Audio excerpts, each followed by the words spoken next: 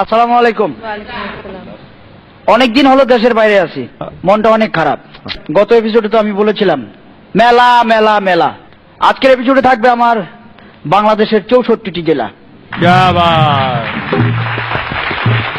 Energy, হাসি মুখ, সময়ের জন্য শুরু একবার বলেন মারহাবা। মনোযোগ আকর্ষণ করছি ফরিদপুরের ফরিদ আর দিনাজপুরের দিনা। দুজন চট্টগ্রামের বাদামতলী থেকে 2 টাকার বাদাম কিনা টিপতে টিপতে তাদের মধ্যে টিপিস টিপিস হইয়া যায়।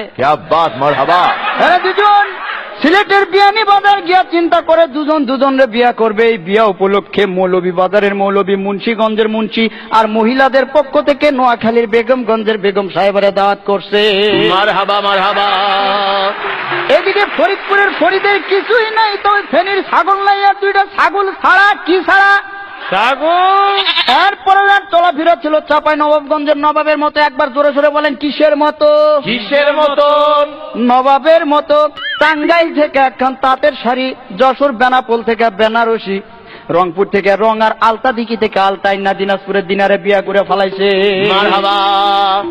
এদিকে দিনার বাবা সিরাজগঞ্জের সিরাজ মিয়া ছিল মেলা টাকা পয়সার মালিক, কারণ রংপুরে ছিল তার রঙের ব্যবসা আর সুনামগঞ্জে ছিল তার বহুত সুনাম। এই মিয়া চিন্তা করছিল তার মাইয়াটারে জাকজমক করে বিয়া দিব।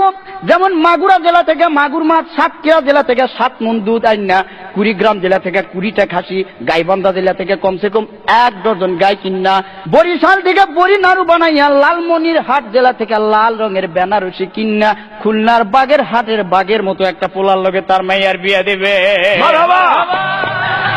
কিন্তু এই ফরিদ চুয়াডাঙ্গা জেলার চুয়া কথা কইয়া পটুয়াখালী জেলার ভাষায় পড়াইয়া দিনারে বিয়া করে পালাইতে। জোরে বলেন বাপরে বাপ। এদিকে মাইয়ার কপালে সুখ নাই।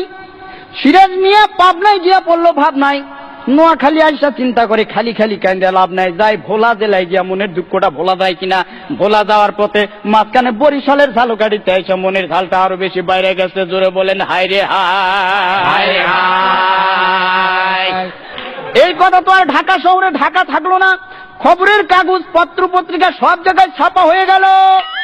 এই খবর চলে গেল জামালপুরের জামালের কানে, জামালপুরের জামাল, মমিন সিংহের মমিন এবং মানিকগঞ্জের মানিকের মাধ্যমে এই খবরটা দিয়ে দিল গোপালগঞ্জের গোপালের কাছে।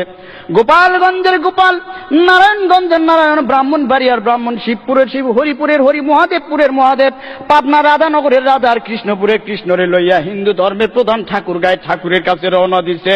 জোরে বলো হরিবল। এই কয়জন হিন্দু মিল্লা কুমিল্লা জেলার 14 গ্রাম থানা থেকে আরো 14 জন হিন্দু সংগ্রহ করে একটা কমিটি গঠন করে বলে ঘটনাটা সবার মাঝে জানায় দাও। এই ঘটনা চলে গেল গাজীপুরের গাজী সাহেবের কাছে।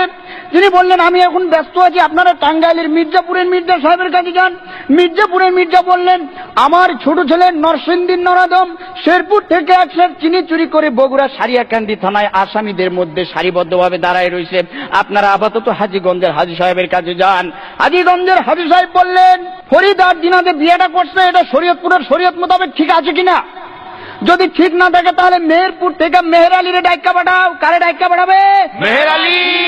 খাগড়াছড়িতে পাঠাই দাও। সেখান থেকে কমসে কম 5 থেকে 6টা ছড়ি আইনা ফরিদ নামের পোলাটারে সিলেট জেলার শায়েস্তাগঞ্জ নিয়ে ভালো করে শায়েস্তা করে নিয়ে আসো। জোরে বলেন বাবা বাবা। এরপর ফরিদপুরের ফরিদ বর্তমানে মেলা টাকা পয়সার মালিক। নীলপামারি থেকে নীল রঙের একটা সুতি পাঞ্জাবি কিনা, জয়পুরহাটের জয় নামের বান্ধবীর সাথে নিয়ে সৈয়দপুরের সৈয়দ আলীর মোড়ে চা খাইতে আসছে। এই জায়গায় চা খাওয়ার পরে আমার ধামইর হাটে আসলো সাংসারিক জিনিসপত্র কিনতে, ধামা কেনার জন্য। সেইখানে যখন ফরিদের সাথে আমার দেখা হলো, আমি প্রশ্ন করলাম ফরিদ কি খবর? তাৎক্ষণিকভাবে ফরিদ বিষণ্ণ মুখে আমাকে উত্তর দিল বউয়ের জ্বালায় ইচ্ছা করে গাড়ির নিচে মারি যাও, পাই গাড়ির নিচে মারি যাও, কান্দে বিয়া করলাম বাপরে বাপ, হায়রে কান্দে বিয়া করলাম বাপরে বাপ। বউয়ের জ্বালায় ইচ্ছা করে গাড়ির নিচে মারি যাও, পাই গাড়ির নিচে মারি যাও, কান্দে বিয়া করলাম বাপরে বাপ, হায়রে কান্দে বিয়া করলাম বাপরে বাপ।